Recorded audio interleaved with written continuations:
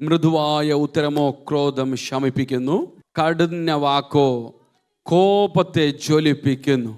ഈ വാക്കിന്റെ പ്രത്യേകത എന്തുവാ? മൃദുവായ ഉത്തരമോ ക്രോധം ശമിപ്പിക്കുന്നു, കഠിന വാക്കോ കോപം ഉണർത്തുന്നു.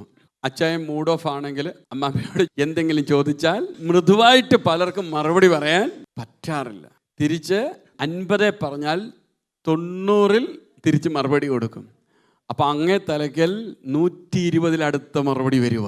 അതേസമയം ചോദിച്ചത് കേട്ട് സൗമ്യമായിട്ട് പറഞ്ഞാലോ ഒരു വലിയ കലഹം ഒഴിവാക്കുവാനിടയായിത്തീരും. മൃദുവായ ഉത്തരമോ ക്രോധം ശമിപ്പിക്കുന്നു, കടുത്ത വാക്കോ കോപം ഉണർത്തുന്നു.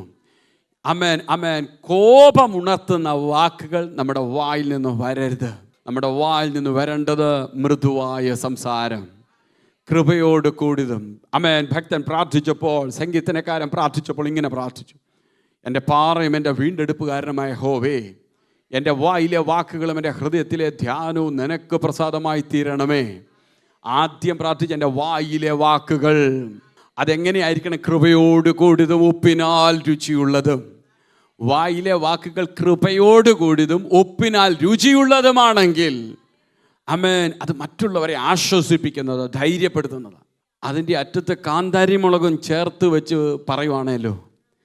അമേൻ. ഒരുത്തൻ്റെ ഹൃദയം തകർന്ന ഇരിക്കുവാണെങ്കിൽ കാന്താരി മുളകോ നല്ല പച്ചമുളകോ അങ്ങോട്ട് ചതച്ച് അങ്ങോട്ട് കൊടുക്കുവാണെങ്കിൽ അത് കൂടുതൽ കിടന്ന് പുകയുവാനിടയായിത്തീരും, അത് കൂടുതൽ കിടന്ന് നീറുവാനിടയായിത്തീരും.